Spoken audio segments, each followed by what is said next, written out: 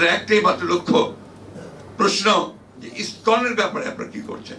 আমি আমার তরুণ ভাইদেরকে বিশেষ করে আহ্বান জানাবো যে আপনারা অনেকটা দায়িত্ব নিয়েছেন, দায়িত্ব এসেছেও, এই দায়িত্বটাকে দায়িত্বশীল ভাবে পালন করতে হবে এবং গোটা জাতিকে সামনে রেখে পালন করতে হবে।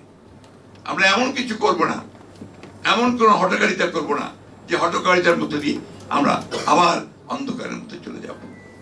আজকে যখন আমার ভারতবর্ষের মিডিয়ার বিষয়গুলো দেখতে পাই, কাল রাতেই আমাকে কয়েকজন ফোন দিয়েছেন, তাদের একটাই মাত্র লক্ষ্য, প্রশ্ন যে ইসকনের ব্যাপারে আপনারা কি করছেন।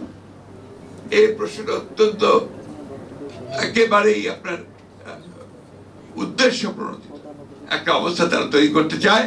সেই অবস্থা নিয়ে প্রথমবার ফেল করেছে, এখন আবার নতুন করে আবার সেই অবস্থা তৈরি করতে চায়। এটা আমাদেরকে সজাগ থাকতে হবে।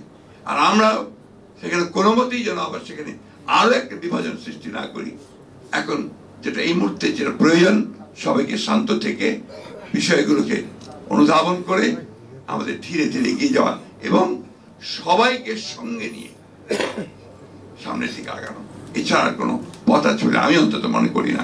মেবি আই এম রং, কিন্তু এটাই হচ্ছে আমার একমাত্র চিন্তা, যে আমাদের অনলি থিং আমাদের পক্ষে এখন সম্ভব। আসুন আমরা সবাই একটা লক্ষ্যেই এগিয়ে যাই, সেটা আমরা একটা গণতান্ত্রিক সমাজ, গণতান্ত্রিক রাষ্ট্র আমরা নির্মাণ করি।